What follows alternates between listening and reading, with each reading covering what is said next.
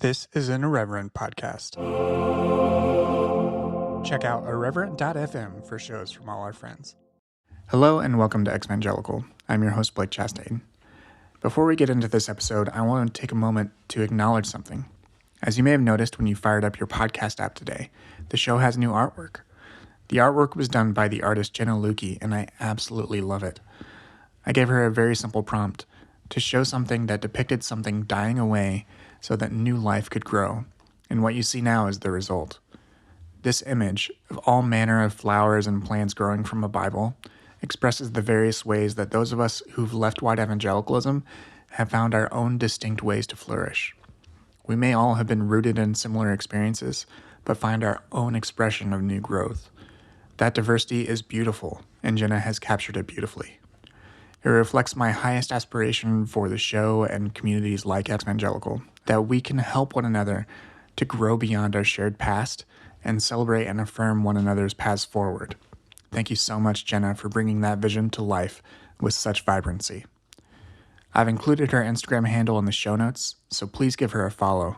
You won't regret it. This week's guests are the Dirty Rotten Church Kids. If you follow the Exvangelical hashtag and associated hashtags on Instagram, you know who these guys are. Their handle has taken Exvangelical Instagram by storm over the past year, and their podcast has created its own community that, in their words, is equal parts heavy and light. The Dirty Rotten Church Kids are Adrian Gibbs and Josh Link, and in this conversation, we discuss their backgrounds as church kids, church planters, their deconstruction, and parenting beyond deconstruction, as well as much more. It's a great conversation, and I hope you enjoy it. The links to their show and merch are found in the show notes. If you enjoyed this show, you can support it in several ways. First, you can just tell other people about it.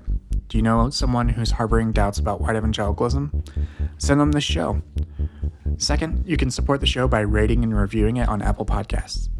It really does help the show, and I haven't gotten a new review since August, so come through and leave a review. Finally, you can support the show via a subscription to my newsletter, The Post-Evangelical Post, which you can find at postevangelicalpost.substack.com. There are free and paid tiers to that newsletter, so please feel free to subscribe at whatever means you're able to. All right, let's get into it.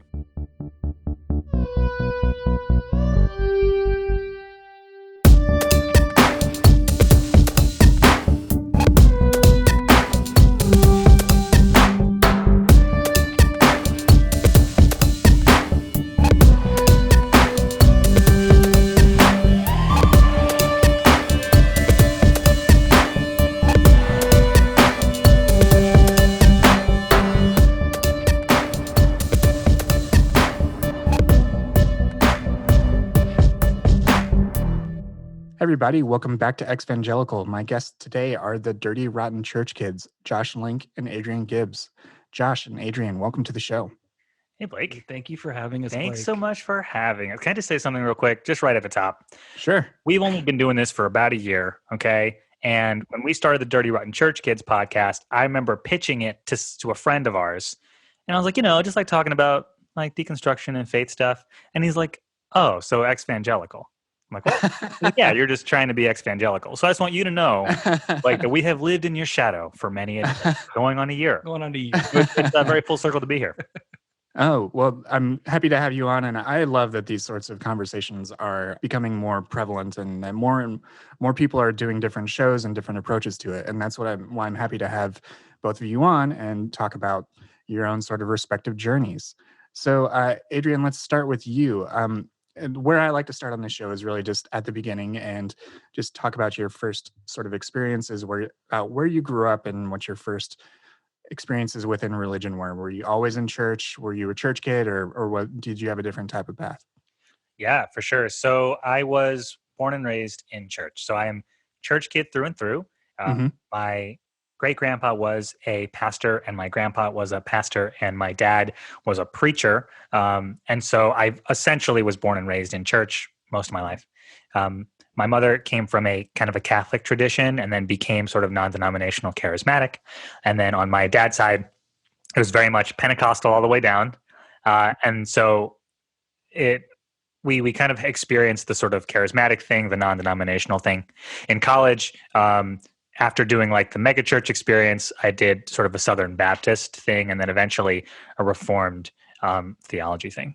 And so Gotcha. I feel like as far as within the subculture of evangelicalism specifically, I feel like I've kind of been around the block just a couple times, and I've seen kind of different sides of the elephant. And so I've experienced kind of the sort of super big megachurch model, and then the kind of pop-up church planter thing. Right. So anything that has to do with church and church staffing and working at a church, I feel like if there's a Jesus fish on it somewhere, I feel like I've probably experienced it. Fair enough. Yeah.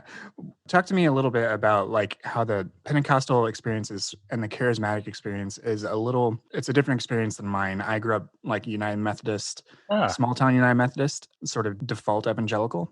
However, that is just sort of more buttoned down. The Pentecostal experiences remains something that I'd only ever sort of witnessed and not experienced. What was that sort of church life like as a kid and just growing up in that environment? I would say for me, my experience of the sort of Pentecostal tradition was marked by emotionality. It is very much like tears are part of it. Like that's the package deal is you come in and you cry and there's also a lot of really loud joy and you're dancing and you're shouting.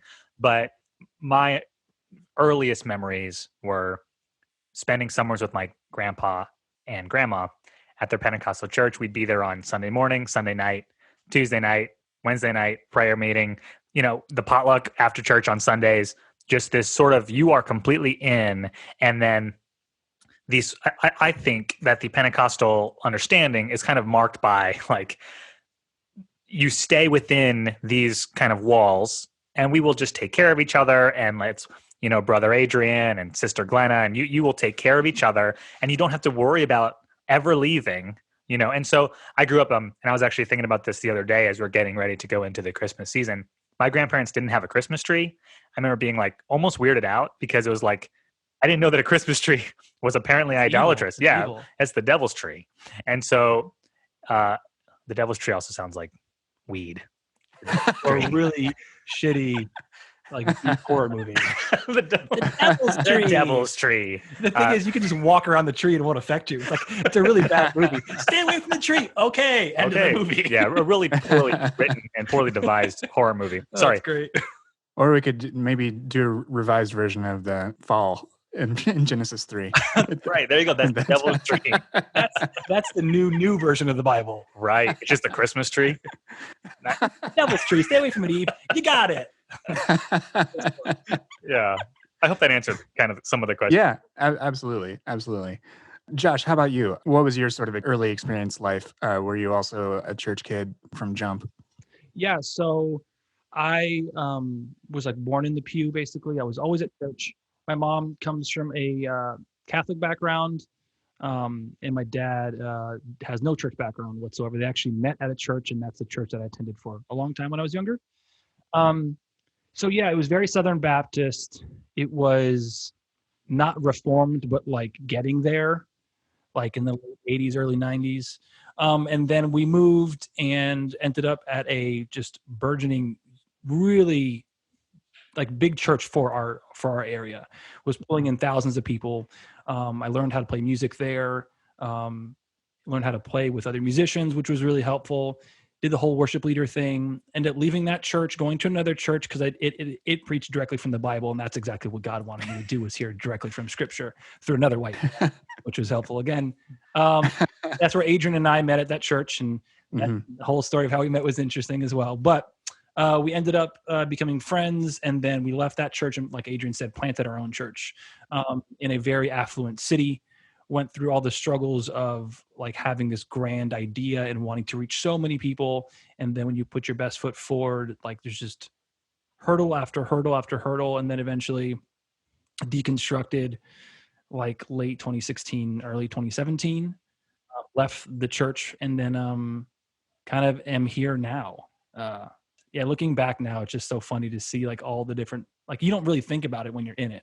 And I'm sure we're also experiencing, even you too, Blake, even in 2020, it's even more pronounced, but we're all experiencing a season of our life right now, quote unquote season.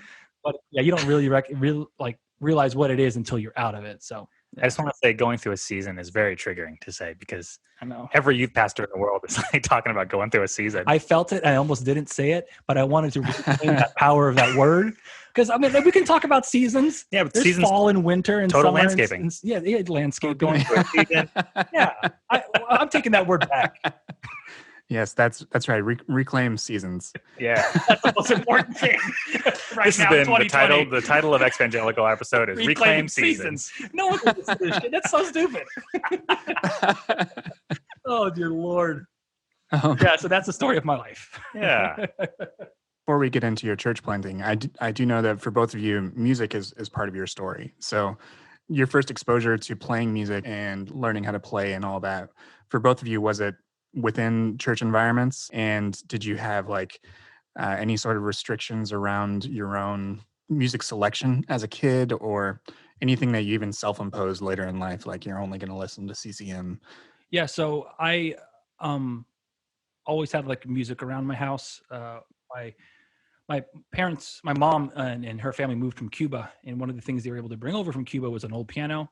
And so that piano it's actually still in my house now, but it was always around me when I was younger, and had piano lessons for a long time, but I really didn't play music until I got in the church.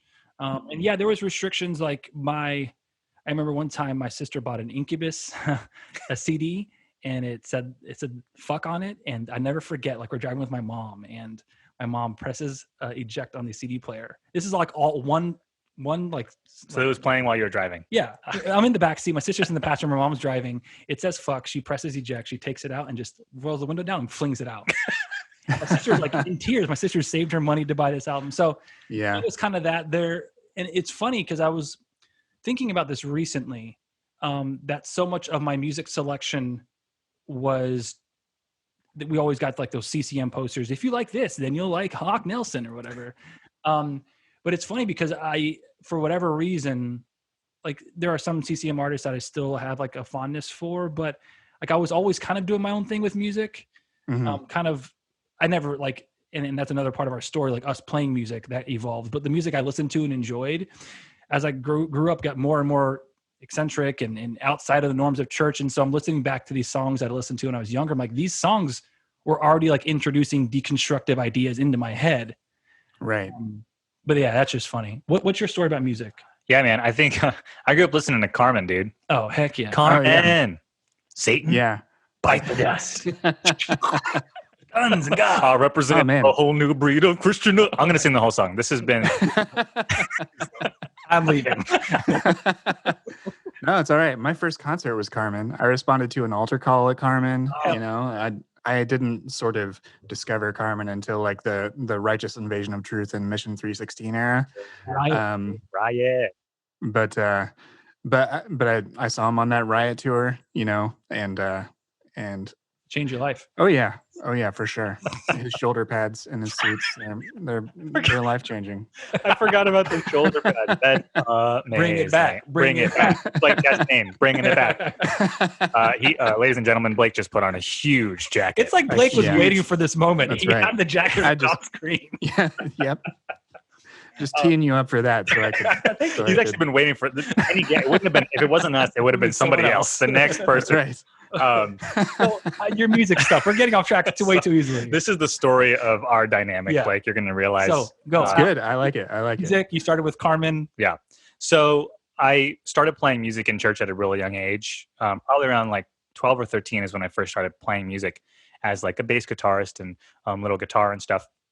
And so music has always been a really big part of my life. And when you play it, at the time, I was actually a mega church that I was playing at. And so it was very much like there is certainly a performative aspect of playing music. There is certainly a social dynamic of like, this is like the cool circle. Like the band is like the kids with the jackets.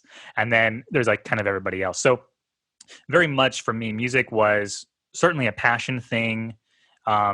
And also it was very clearly like, here's how you can be a cool performer, but in a way that God is okay with. Right. And so I experienced this sort of weird two-sided thing where it's like, I'm doing something because it's fun and I enjoy it, but like I had better make sure that I'm doing it for the right reasons. And I think along with that came this very much a mega church thing of kind of behavior modification. I think a lot of like the big camps that I would play at and a lot of the outings and the retreats are completely marked by like True Love Waits and marked by I Kiss Dating Goodbye. And so for me, it's almost impossible for me to divorce my relationship with worship music apart from this sort of evangelical, like bounce your eyes, you're a dirty rose. So I think that's my relationship with a throwback. Every young man's battle better bounce brave at heart or wild at heart. Wild at heart. Eyes. Bounce those eyes. That's the weirdest thing. Did you ever get the first time you see somebody attractive, it's fine, but the second time you look, that's when you're sinning? It's the second look. The second look is sinning. That's the best. That's the one foot to hell. Jeez Louise. Yeah. Fun times. Oh man. That's interesting, especially the aspect of being in a mega church environment and being in the music scene and being in the worship team and stuff like that. I was on like my youth worship team and I played bass. I never really did much with it besides play rude notes, and like I learned a sweet lick to Trading My Sorrows from the bass player. Oh, hell yeah. But other than that, I'm trading my sorrows. Hey, yeah. I'm trading my shame. God, that's a throwback, dude. That is a throw. Is that Israel Houghton? I'm laying down for the joy. I don't know the songwriter actually. Yes, Lord. Yeah, you got it. The signs. Did you guys do that? No. There was a whole Yes Lord sign language thing that at the main service at my church that I went to during high school. They had the puffy mics and shit. Yeah.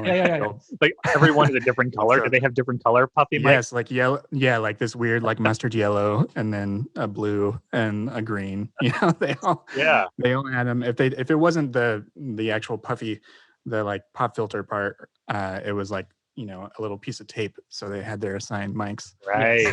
Yes. Right. I'm convinced that there was some sort of hierarchy.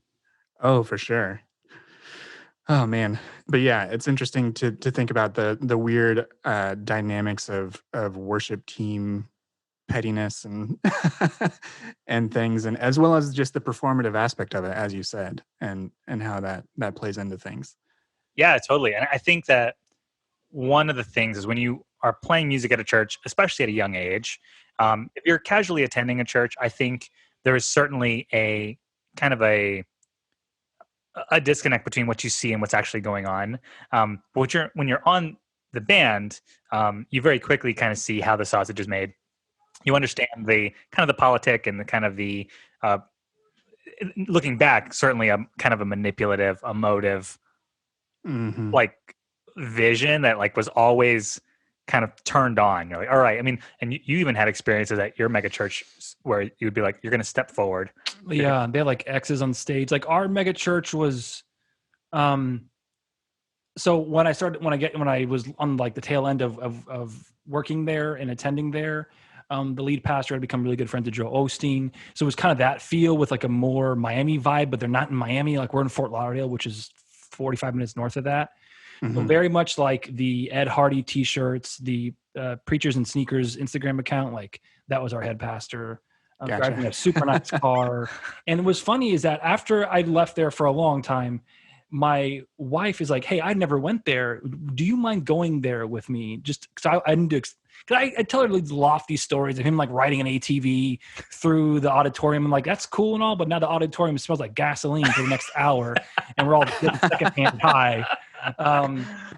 So she didn't believe any of the stories I was telling her because it's just really outrageous. I'm like, okay, Steph, I'll go. I'll endure it for our love.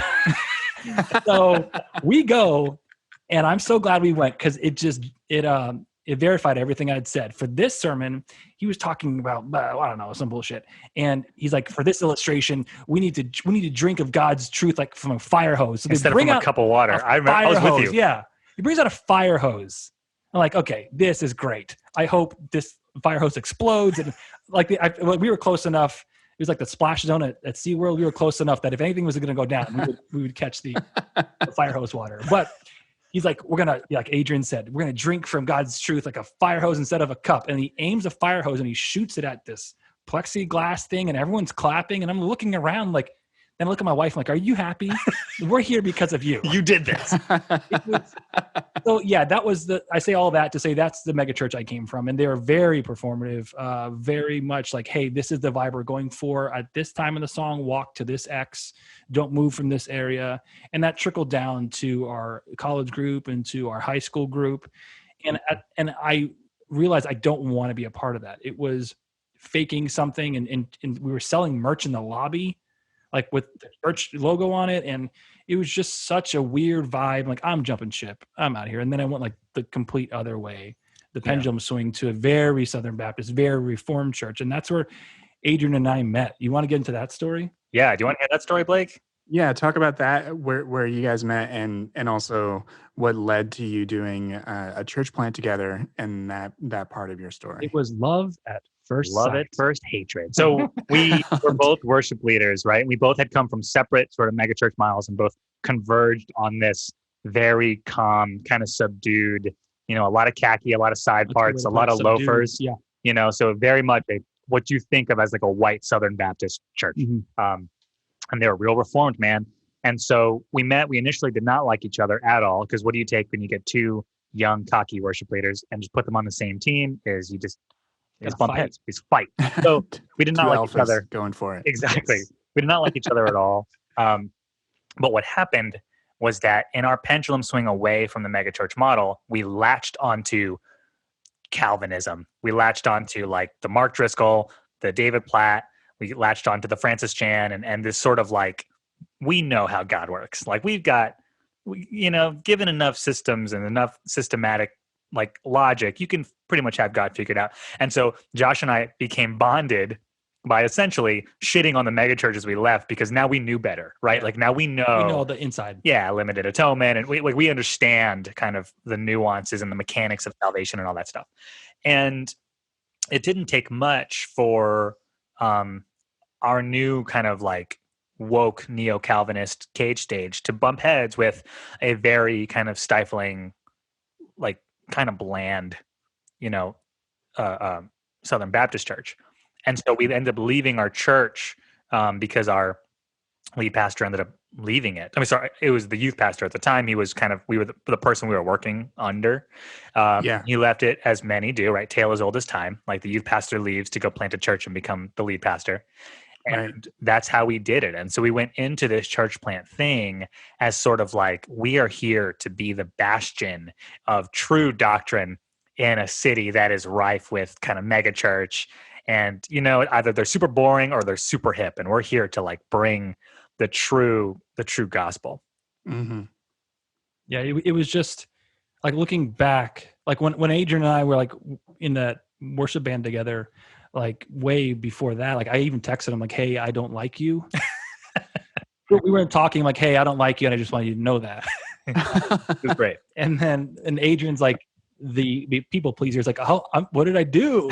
And like, and then it's like one of those moments of clarity I had. Like I knew I didn't like Adrian because he came in and like usurped my role as the acoustic worship leader, or as Michael Scott say, you slurped my role. I slurped my role.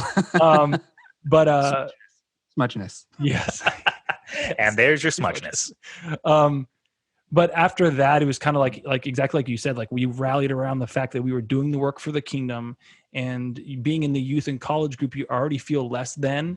And when the senior pastors are making you feel less than by giving you like just writing you off, like nothing unifies people stronger than a common enemy. So we had a common enemy. It's the senior pastor, and we're going to do this. And then, when we went to plant the church, it was more of that, just that grit, that piss and vinegar. Like we're going to do it. We're going to prove to ourselves we can do it. And then to our credit and to the pastor we served underneath, like we did a lot. With no church sent us. There was no funding. It was all very much grassroots, like all our own stuff. Which is cool, but it like also requires you to continue to keep the hamster wheel rolling, no matter what it costs. And I think too, we ended up, I think what kind of added another layer to what would eventually become our deconstruction is like you come from the megachurch, which is very much emotive, performative, and then you go into the Southern Baptist thing, which is very much theological and doctrinal, and then we left that, and then what we found is another piece, which was like you have to make the service happen. Like we ended up seeing kind of a a bent towards get the job done at the expense of whatever it takes. So whoever we need to kind of burn out, whatever, if anyone leaves, like that's really their problem. And it was very much like everyone's going to work really hard because what we're doing is really good. And so we saw kind of firsthand how if you're not careful, this, I mean, I guess, objectively good ideal of bringing Jesus to the masses can very quickly turn into just a mechanism, just bodies coming in and bodies going out, just for the purpose of just keeping the doors open and the wheels spinning. Yeah, that definitely sounds familiar.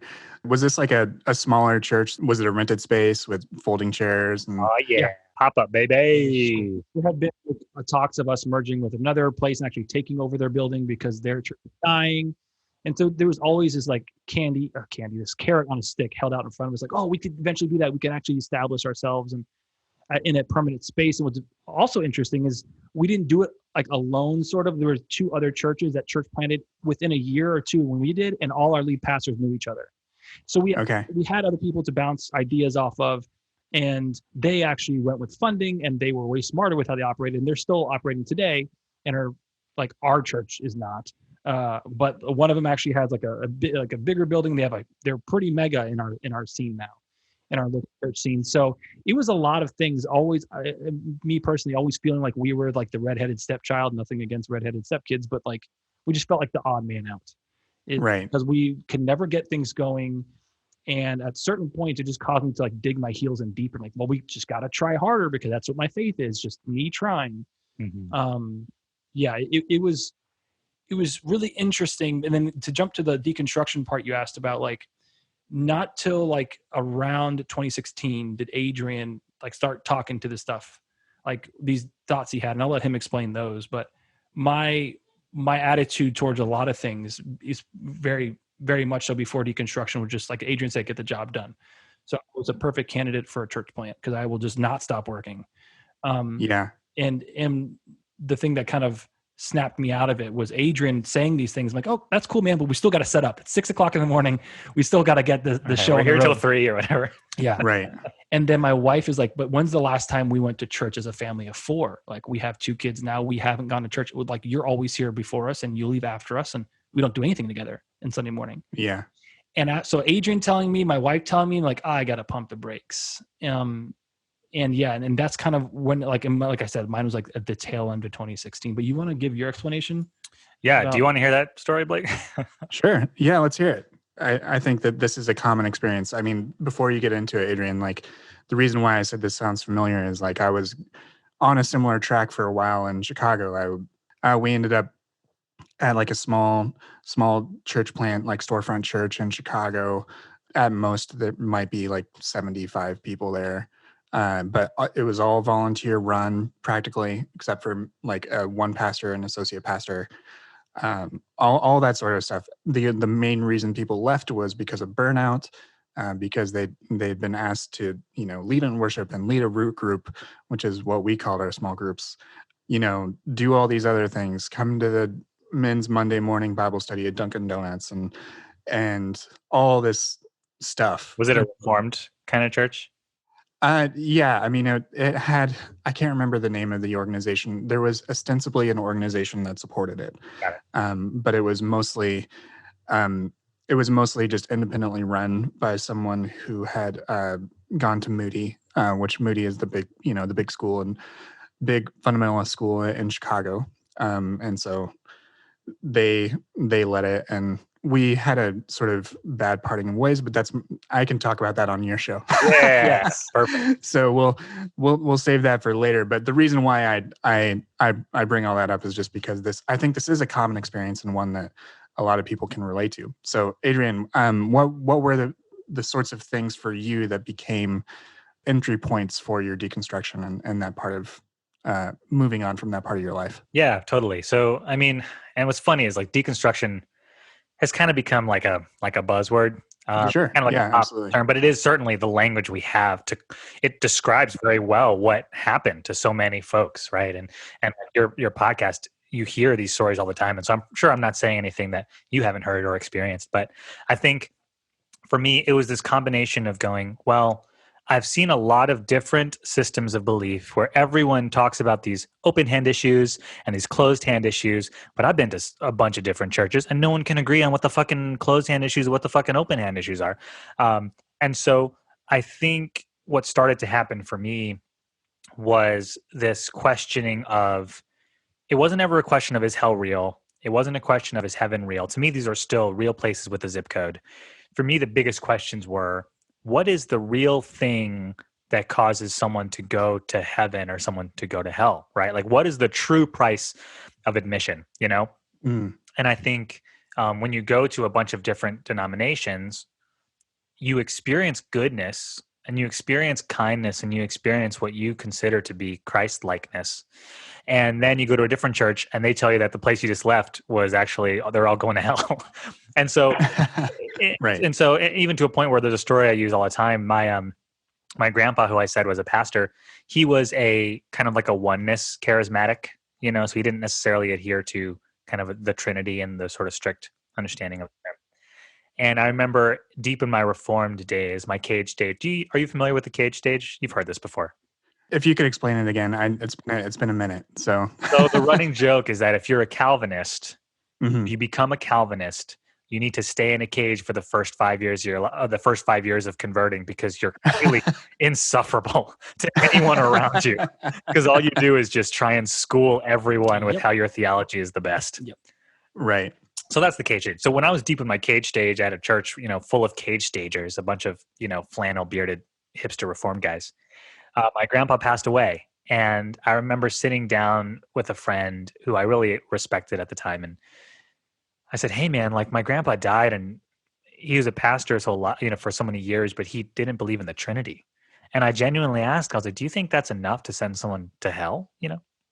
And he goes, man, I'm sorry, but you know, like the Bible is clear. The text is plain. Like God revealed himself as the Trinity. And if you're not subscribing to God the way God reveals himself, then you're essentially not believing in God. And so by that sort of systematic logic, he's like, I'm sorry, I think your grandpa's in hell. And while, cool, man. Yeah, thanks, dude. That's exactly what I need. Yeah, thanks. What do I do with this? What the fuck do I do with this? And so it certainly wasn't like the straw that broke the camel's back, in as much as it was the first little crack in something that I had built for decades. And when you compare this sort of theology that you structure your life around, that no one can agree on what the true theology is, and then you couple that with your own lived experience of going, I know for a fact that these people are good people, then it causes you to go, well, maybe there's something, maybe it's the water we're swimming in, right? Like maybe there's something else that this whole thing is built upon. And so I think the deconstruction for me, and I'll let Josh talk about how I approached it to him, was very much like, what if God is bigger than what we thought? What if it's not like, if you're not Calvinist, you're going to hell? No, clearly that's not true. So, okay, well, if you're not, if you're a Catholic, are you going to hell? Well, that doesn't make sense either, right? And if you're, you know, so it was this sort of like making the table longer in my mind, right? Of going, who is in and who is out. And I think that's when I came to you and just started like being like, have you heard of Richard Rohr? Yeah. I'm like, dude, I'm trying to set up a really big soundboard right now. This is not the time to talk about this. It's like, leave me alone with Rob Bell. Yeah, get Rob Bell out of my face. So yeah, it very much like, and I think it's what you do, Blake, with the evangelical, and what we've been told we have done for others, which is great, because we're just doing a podcast. It's just Adrian, when you approached me with those things, started to give me permission to ask questions. Right. Adrian and I, at that time, had been friends for a really long time. So like we were always texting each other. Like we had kids around the same time. Our wives are friends, and so did a lot of life together. And so Adrian's talking to me, and so everything he says I respect, and I want to hear him out even if I don't agree with him. So he's talking about Richard Rohr, Rob Bell. I'm like, Rob Bell I know because of his Pneuma videos when the church did accept him before John Piper came out in the church. Before he was canceled. Yeah, farewell, Rob Bell. John Piper, the president of the church. Yeah, John Piper. He dresses like a president or a principal, dude. So good old JP. So yeah, when he said Rob Bell, I'm like, okay, that's a name I remember. I know the controversy he's caused, him and Donald Miller, like a lot of Blue Like Jazz book, all that stuff. So like these words were there, and when you approached me, Adrian, like I started to then lean on my experiences rather than my head knowledge. because that open hand, closed hand issue thing was so often used in our staff meetings that when I wanted to talk about the open handed issues, they wouldn't talk about them. So I guess everything is closed handed, and or you just don't care what I have to say because I just do work for you, which is probable as well. What were some examples of some of the open and closed hand things in your church? Closed handed in inerrancy of Scripture. Yep. Virgin birth, perfect life, like sinless life, substitutionary atonement, resurrection. Women could not be pastor, like the sort of the role complementarianism. Yeah. Yep, totally. Like the limited atonement. I wouldn't say that was a closed-handed issue, but it was like an substitutionary unspoken, was for real. Like right? That was a thing. Limited. Totally. I don't know. I don't think our pastor was smart enough. But certainly, like a literalist interpretation of Scripture informed everything. And then open-handed. Gotcha. That's a good question because I felt like a lot of things should be open-handed. Like, should we let a couple who's living together and not married serve? That was no discussion. The pastor just told us no. I'm like, but why? Right. Was a thing. We had a discussion about if a homosexual couple came to the church, would they be welcome? Like, okay, let's talk about this. No, they're not welcome. Like, what is open-handed if we can't just talk about stuff? And there's a lot of weird vagary where it's like, oh, like they're welcome. I mean, what is welcome really? They're welcome to meet us for coffee. And exactly. We'll talk they about can have a coffee. They can sit down, listen to me talk. They're welcome to tithe. They're welcome to serve, but they can only serve by stacking chairs. It was just such a weird. They can't be around the children because somehow. What? Yeah. Jeez. Yeah. So that was along the lines of the open-handed, closed-handed stuff. Yeah. And so that's when you and Adrian started talking through things like Rob Bell's books and Richard Rohr and those sorts of people that do that very thing that you mentioned. Giving permission is a major part of people that come from the types of environments we're from, just because you're not given it naturally. You're given a track, right? So what sort of led both of you to end your time there at the church plant and then eventually begin podcasting and talking about these things publicly? Because that does involve risk, and I'm sure that you've had your own experiences of people from your past probably reaching out to you. You don't even know. You don't even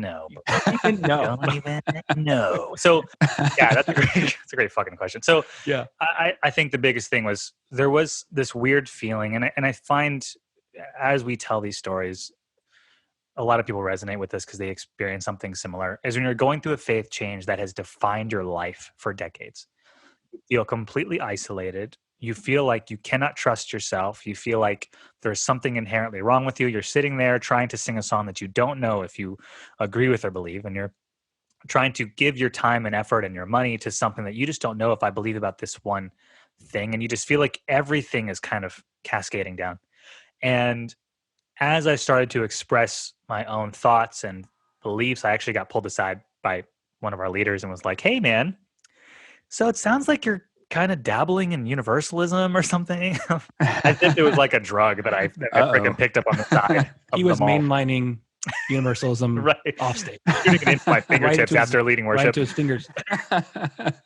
and so this person was like, if you're a lay attender, we welcome and totally are affirming of these sort of questions. But if you are a staffer at a church, you should really kind of have these. You should really be solid in your faith, which is code for tighten up or get out. Basically, if you want to be here, you got to tighten up. And so for me, it was actually a beautiful freedom, because when you plant a church, the idea of youth leaving it, saying goodbye to them on your end, is almost like breaking up with a girlfriend or breaking up with a good friend. And so them saying pick one, it was actually permission for me, and just talking about permission. So I was like, great, okay, I guess this is it.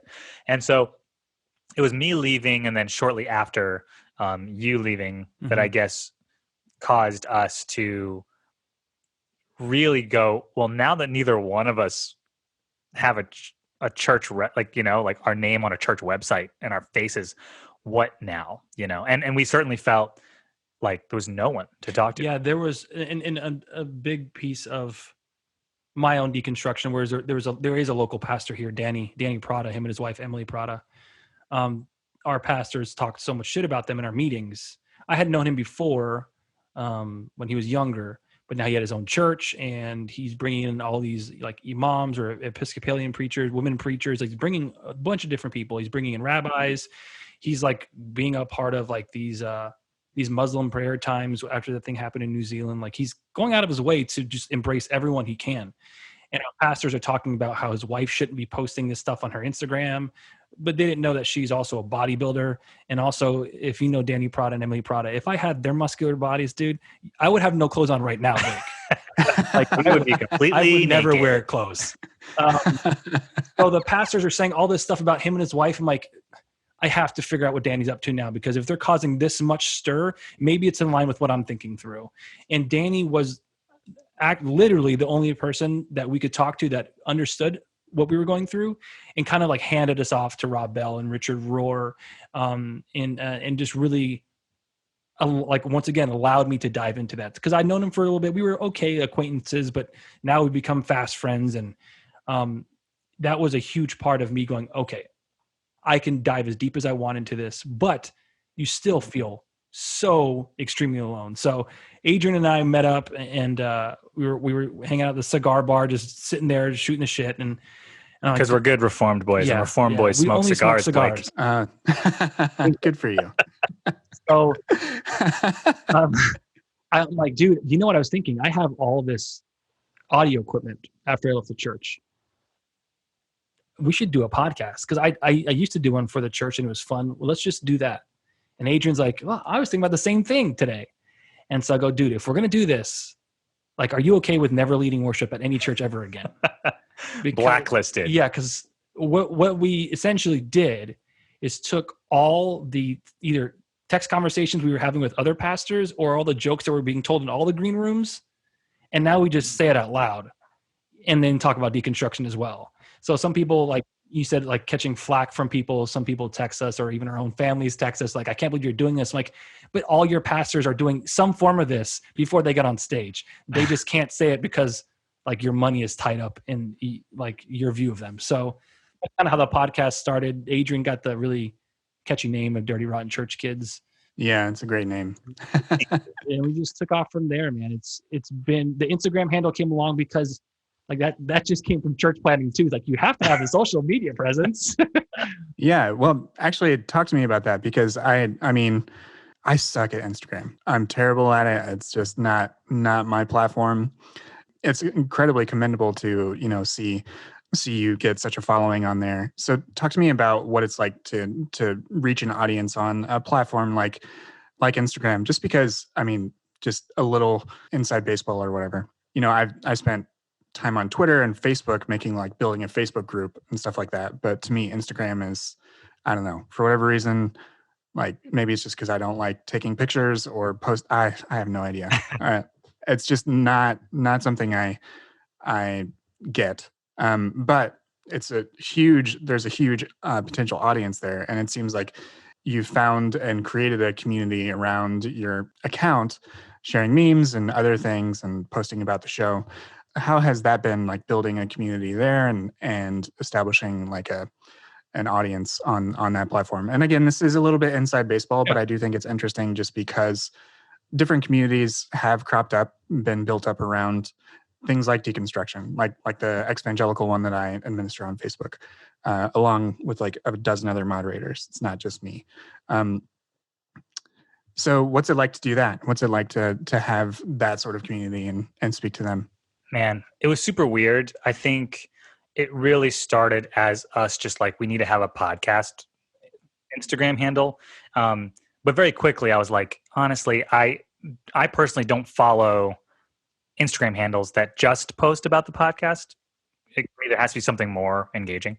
And so what really just started as just us finding other things on like Reddit and just sharing what we found on Reddit and then getting some likes that way, to me being like, oh, we can do this ourselves. Like, I know how to freaking use apps. Like, I can make a fucking meme or whatever. And what it turned into was, I like to think of it as it's become kind of this equal parts heavy and light account, right? So on one hand, it'll be us like making foreskin jokes and like shitting on evangelicals, like some stupid shit. And then on the other hand, we'll like post some like really heavy fucking stuff. And I think it very much mirrored what we wanted to bring to to our show. Our friend Cindy Wong Brandt, who we just had on the show, who's one of our favorite humans. She's great. Yeah, she's amazing. And she said, you guys actually remind me a lot of your Instagram handle. And to me, that was code for like, okay, at least we're doing the right. At least we're consistently idiots. And so we knew from the get, it's like we wanted our podcast to be very much a reflection of us, right? So we are like goofballs and we're idiots and we never went to seminary and we're just kind of anecdotal and we like to shoot the shit. And at the same time, we do also like to talk about these heavy things because we have had some really heavy experiences, you know? And so that was what we thought would be a kind of an interesting flavor when it comes to this sort of deconstruction conversation. Often it's kind of one or the other. And then the Instagram handle became that as well. And what we found was that folks felt like they could show up and it kind of became a potluck of like, I can bring all of myself to the table. If I'm feeling like silly fun time, then I can be silly fun time. Or if I'm feeling kind of heavy and, you know, and I think for us, the show mirrors that in that we very much believe like, if you need to like grieve some past hurt, then grieve it. If you need to rage and frickin' break something, break it. If you need to laugh at something so it doesn't torment you anymore, then laugh at something.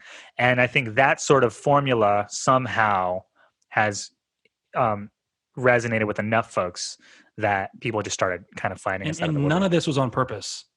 Like when we posted our first episode and opened the Instagram account, like we didn't tell any of our friends. Oh my God. We didn't tell any of our friends. None of our friends. Like, no, we didn't tell any of our friends because we didn't want like sympathy listens or whatever. And we had no expectation that anyone would ever listen or give a crap.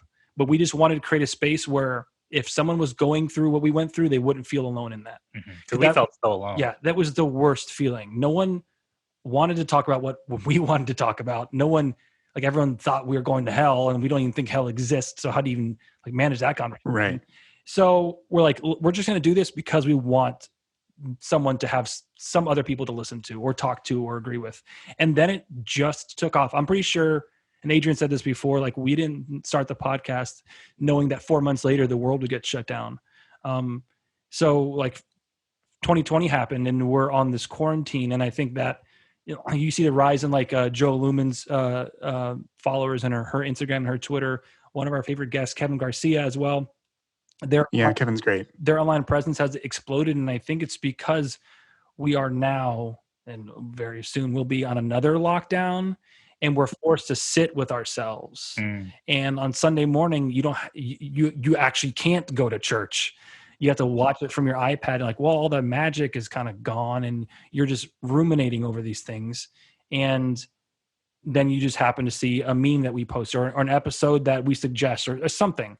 But to me, it's crazy that people in New Zealand or South Africa or South America or in Sweden, like will DM us or email us and go, yeah, what you said is exactly what I went through. I'm like, what? How? I'm in South Florida. Like, I'll never see you in person. And so it affirmed like, yes, that what we experienced, unfortunately, was hurtful, but some people have experienced even worse. And it's all within the system of the church. We had no plan on any of this doing anything. Yeah. We said like, we talk about so much bullshit and we just laugh about stuff when there's always like this underlining like theme of spirituality. And that's just kind of what everything became. Yeah. Yeah. And it's always good, like, to acknowledge all those complicated feelings for anyone, whether they use the term ex-evangelical or post-evangelical or whatever, or anything, however they label themselves, to acknowledge the complexity of all of those things. Like the grief is simultaneous with the fact that we can laugh about fucking Carmen, you know, like Blake, you know, ladies and gentlemen, Blake just put on his jacket again. Put it back on. Blake, beautiful. Thank you. Blake is standing up and giving it a That's twirl. right. Love it. No, but you're right. There is like, and oh my God, I can't even count the amount of times we've gotten this message, either from someone who doesn't know us or people who are close to us. Well, if you got to just read the Bible, I really think you'd come back to like that. We did. Right. That's like, the problem. My Bible is littered with notes and like songs that I pathetically tried to write to like talk about my shame of myself. It's not the fact like they think it's so easy. Like just read the Bible. I'm like, no, this is a complex thing that if you really want to get into it, you better buy me a couple of beers because we're going to be here for a very long while. Right. Yeah. It's funny because on the outside you can see how nuanced it is and how complex it is. When you're in the bubble, it's like, no, you just need the answer. Here's the answer. It's the Bible or it's whatever. Oh, for sure. And there's all sorts of reasons for that. People just having their resources limited and all sorts of things, just as far as the knowledge that they have about this stuff. And as your world gets bigger, there's this really great quote that has resonated for me for years, which is from the poet Rilke. And it's, I live my life in widening circles. To me, that like even before the term deconstruction became popular, before I launched this podcast, before any of these conversations, before I was aware of them, like that to me sort of encapsulated the way, once you move away from any sort of fundamentalism, that's sort of what it starts to feel like. That's is like beautiful. Wow. Yeah. And he's an awesome, Rilke's like a world famous poet. So that's why that's so beautiful, because sounds like written by a world famous poet. It's actually a poem about God too. So, it's interesting you say that because is Rilke a Christian? Is he evangelical? No, he was, I think he was 19th century German. Well, yeah. So you mean he did not go to a mega church? He's going to hell. Right, he's going to hell then. Good poetry ain't going to save your soul. That's right. But I probably have his biography wrong. So please, you're gonna get emails. Don't hate me. I'm gonna get emails. Yeah. Yeah, but to your point, like once we left the church, like Rilke, and for me, I don't know why I keep coming back to this, but like the desert fathers and mothers, nomadic people of North Africa really stuck with me. For me, it was Rumi. Yeah, like you start finding all these like the sprinkling of God everywhere, but just through the language of the person writing it and how they interpret it. You're like, that sounds very much like Jesus's life on earth when he was just loving everyone and including everyone. But it's like you said, a 19th century German poet, or right. And it's at a certain point I had to deal with like this anger that I felt the church hid things from me. And now here I am at 32, 33, finally understanding what these people a long time ago said, which would have been way more helpful to like my teenage self if I read this poem about just anger and not understanding how to deal. Like, I don't know. There's so much out there that, like exactly like you said, the resources are so limited. You have the blinders on that to some point, when you deconstruct, it's very overwhelming. Oh like, my God. Oh, for sure. There's everything everywhere. It's really heavy. And then you go from feeling completely alone to like, all it takes is you just like open a door and you're like, holy shit, ex-evangelical's been here for years talking about this stuff. Yeah. You're like, oh, like Rob Bell has been in this place for their entire histories of folks. And so I think what we have found is that if our little Instagram handle and our little podcast, which is a year old in like a couple weeks, Blake, fun fact. Happy birthday in advance. Appreciate that. A little popper. I think what we found is like, if all we are is just like a broad enough kind of door that people can like just get to, and then from there, like wherever you feel, just to go look at how much room there is here at this table, and wherever you land is completely where you land. Or you don't have to like be next to the table. You can leave. Totally. Right. And I think it's for us, it's kind of like, I don't know, just showing people that there is more, and I think normalizing the conversation to almost being like, listen, like there is no sacred cow. Like you can laugh at anything, you can bring all of yourself to it, because that's, and then as you bring yourself to the table, who knows where you're going to land and how you're going to grow. Like, and that's something that Josh talks about all the time. And Richard Rohr talks about it too, is like, you like how like Josh talks about it, and also Richard Rohr.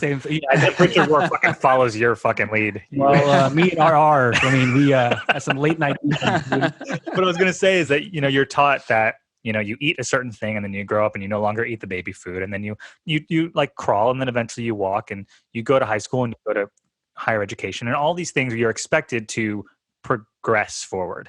But for whatever reason, when it comes to your belief, it's supposed to remain completely stationary for your entire lifespan. And I think this is just going, hey, it's okay for you to continue going forward. Right.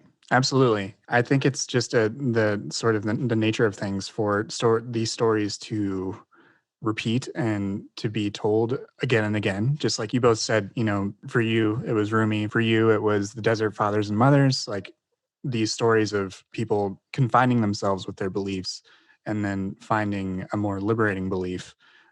That's also a story that's a tale as old as time. There are people that left evangelicalism way before any of these podcasts started. It's been going on for decades.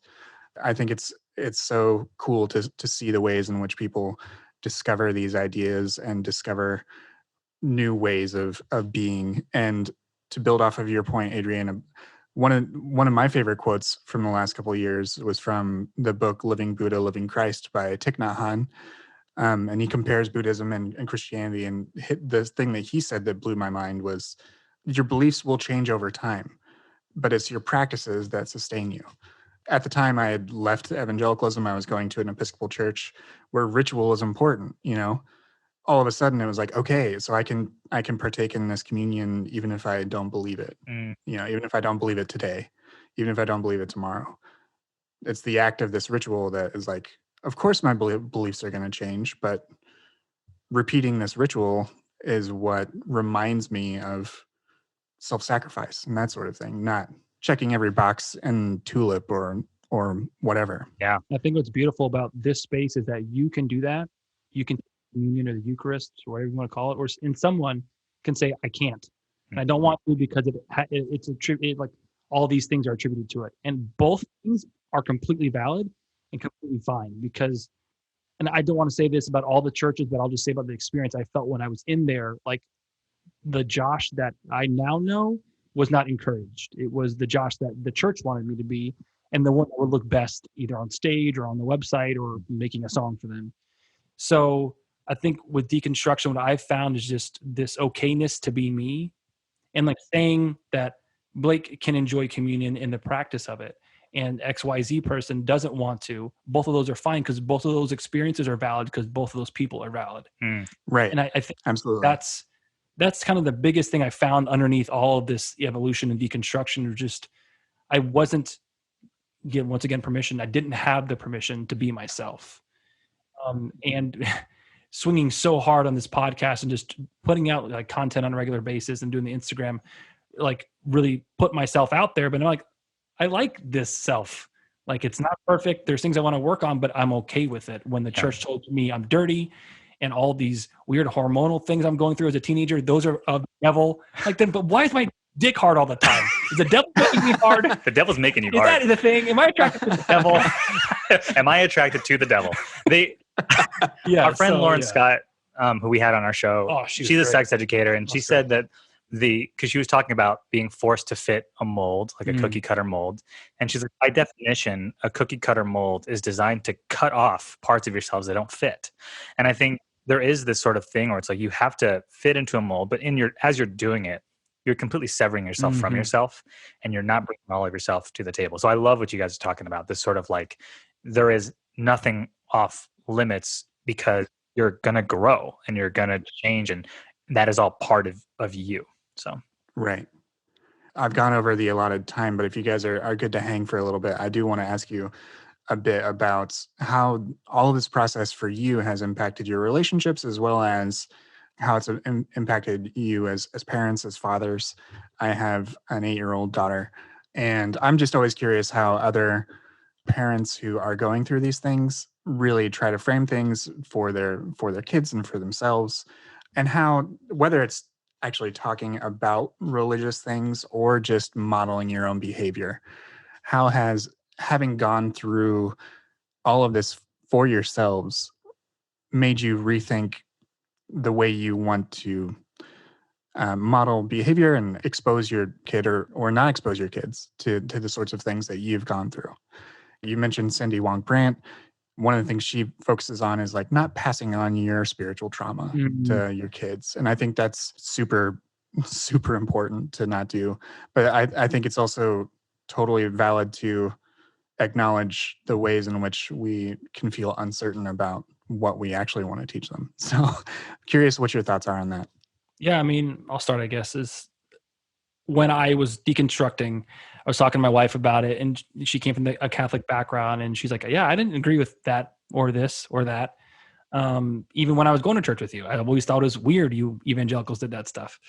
But also there were some things that we had to talk through as like a couple and kind of work on. And one of those things was like, what are we gonna do with our kids? So back to Danny Prada, his church Heartway, before the world ended, we were going to Heartway, and we went when we wanted to, and we didn't go when we didn't want to. But that was really helpful for my kids. They're very progressive, like very, very progressive with their teachings and stuff. And so to me, that was cool. But like my parents are evangelical, and like I was always thinking, how am I going to address this story my parents tell the kids when they're like watching my kids, or when they hear this from daycare. And so it's been like my daughter is 4, my son is 6 going on 7. And so with my wife and I, we're just trying to be open. I mean, and Cindy talked about it so well, but like treat children like people, not like children. And so what we tried to do is just be open and honest. If they ask a question, like we got into a whole conversation, my son and I did in the car ride, looking at Halloween decorations around our neighborhood. He asked me what love is. And then he started to ask me, well, can me and my daughter Emma get married since I'm a guy and she's a girl? I'm like, well, no, we can't get married because she's my daughter. You don't marry your own kids, Noah. And but but doesn't mean that just a man and just a woman can get married. Like if you love someone, you want to spend the rest of your life with them, then that's what you do. That's what love is. You should get married and do that thing if you want to. And then he can put that one in your out the other. He didn't get right. He wanted to look at the cool Jack Skellington inflatable decoration. But it's just because before, I think those conversations would come up, and I'd go to so many apologetics classes and have so many books forced down my throat and how to Christian parent and all these things. And so I felt like I was nervously always on the ready with like all my tools ready. Like when my son is going to ask me about this question about kissing, here's the answer. Or it's not dating, it's courting. Like you have all these tools in your tool belt that now I'm like, well, things are so much more permissible. I don't have to have an answer. And I want my kids, when they're older, to feel comfortable enough to come to me and ask me questions. Because I didn't have that, unfortunately, with my parents to an extent. Because I'm like, I don't want to go to them because they have all the answers. I just feel like an idiot asking a question. So with my kids, it's just being open and honest, but also the stuff people buy my kids, like books, if they buy them, if they're like super conservative, lean, and like, I'll read the story to you, but I'm also going to tell you, this is what the person who wrote the book believes. It's not necessarily what I believe or what your mom believes. I have to do some like unexplaining, but I like Cindy really clarified that whole thing. Just treat them like they're people instead of like, and then like curting every conversation. But that's mine. I'm sure Adrian has something much prettier to say. No, I think you talk way better than I do. No, so I think for me, my kids. So I have a 2-year-old. Her name's Scout. She just turned 2 a few weeks ago, and then my son Wilder will be 4 in January. So my kids are still very, very young. Haven't slept in 4 years. It's been great. Yeah. So for us, we haven't gotten to those conversations about the powers that brought us into existence and the things that the universe is made up of. So we haven't gotten there yet. So if anything, Blake, you're going to be having to school me on how you do it. But what we are trying to do is introduce a sense of wonder and a sense of gratitude to the world, and we have a little butterfly garden in our yard, and just watching them interact with, like, seeing a caterpillar from a baby all the way through to a grown-ass huge caterpillar that looks kind of fucking gross. Yeah, they're nasty. And then they just roll up and become these beautiful butterflies. Like, to me, if we can just slow our lives down to pay attention to that, or if we're sitting down for our meal and we can slow ourselves down to think about where the food came from and all the people that were required to pour their effort and time into it for us to be able to consume the food. And so I think for us, our new sort of prayer or our new sort of practice, to kind of touch on what you said, our practice has been of slowing down, being present, and just enjoying what we're enjoying.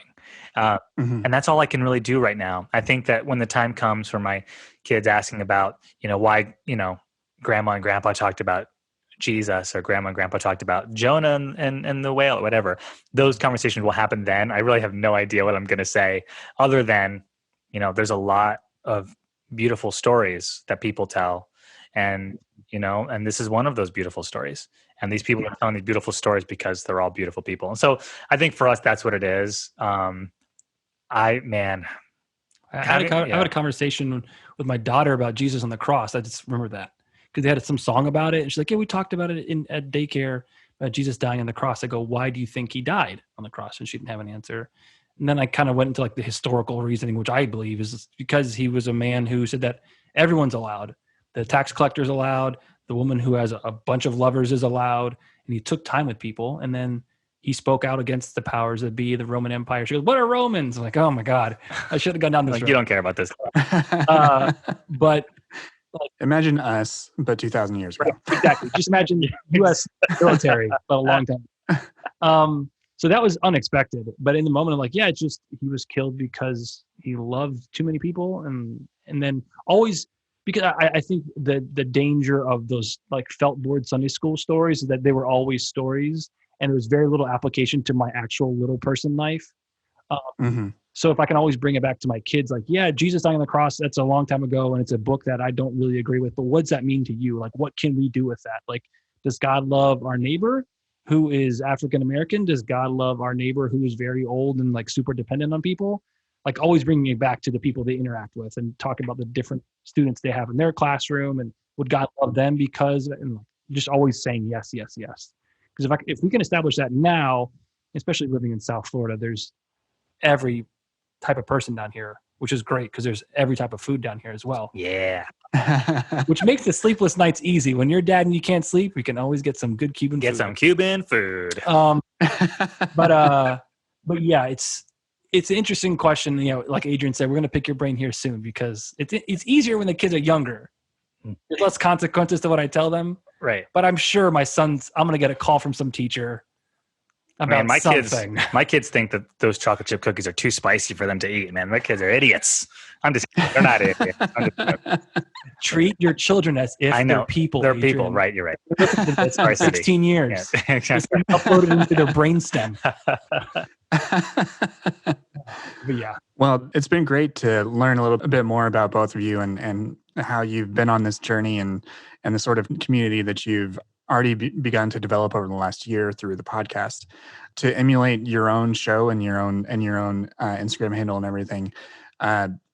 What sort of things are you sort of nerding out about right now that you're sort of being able to make the enormity of this pandemic feel a little bit smaller?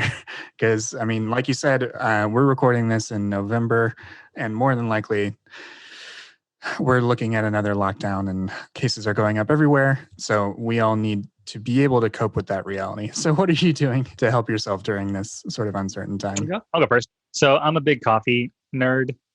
I love kind of sourcing and finding like new roasters and things like that and finding different brew methods and things. So I have a subscription service with, it's a company called Dayglow, and they basically curate roasters from all around the world. And so it's a subscription service and they send you bags, and the Dayglow is actually owned and operated by an old friend of mine based out of LA. And so getting the new coffee in has been really cool. There's a drink that I've been making a lot. It's called an espresso tonic.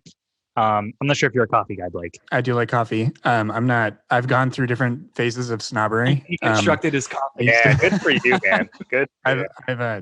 I used to live like Intelligentsia used to be at the end of my block. Oh yeah. And so that was my go-to for a long time.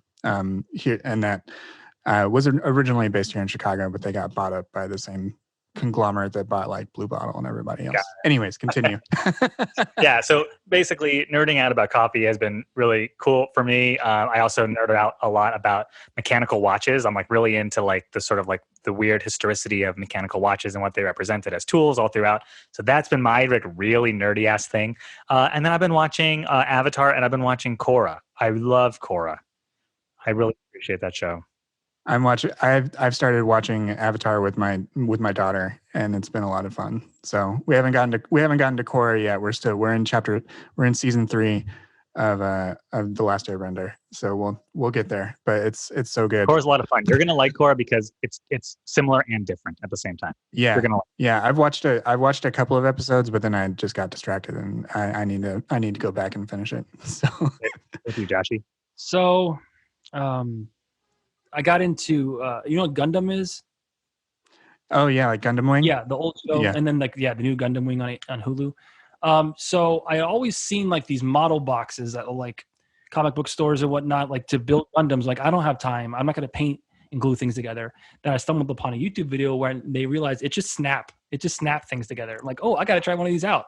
So I have like 4 of them on my shelf now, and I have one in a box that I'm building. It's like Legos for people who hate themselves.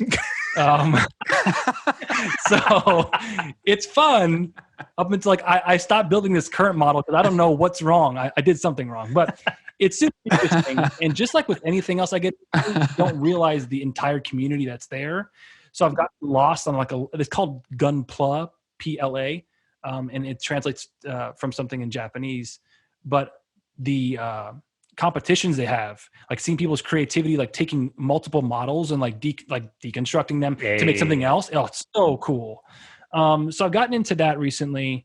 I've always been playing video games, so now I'm just playing more of those.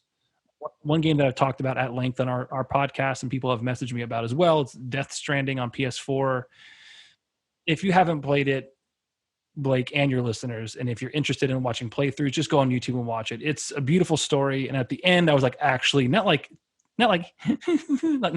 soft crying, like actual crying like a man. A problem.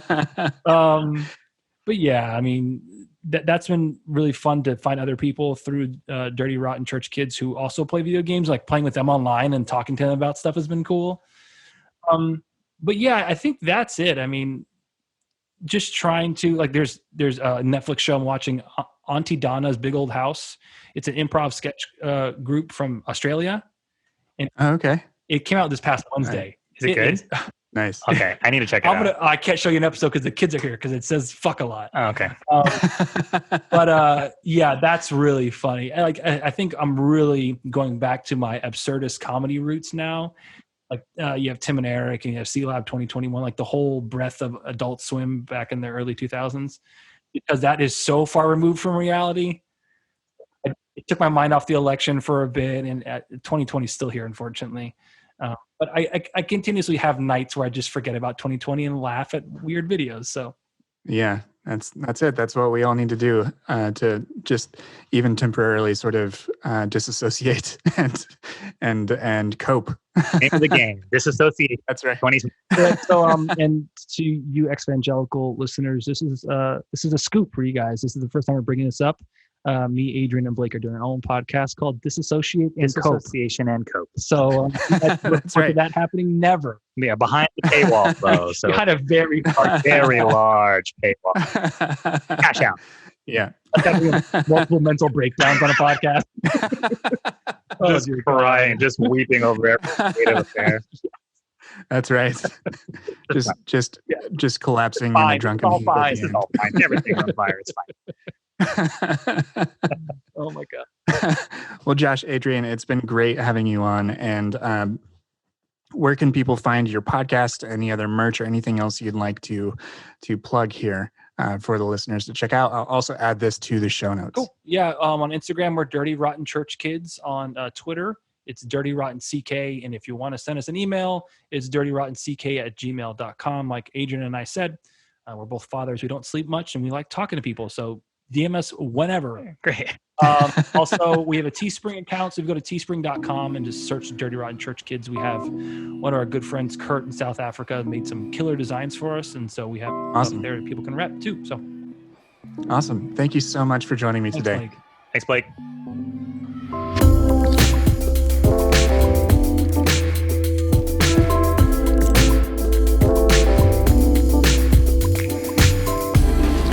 And that'll do it for today's show. This episode was produced by Jake Lewis. Thank you very much, Jake. If you enjoy this show, please again rate and review it on Apple Podcasts or let someone else know about the show. You can find me on Twitter at brchastain. You can find me on Instagram at brchastain_. And you can follow the show on Instagram at exvangelicalpod. And you can learn about other ways to support the show at www.exvangelicalpodcast.com/support. All right, everyone. Talk to you soon.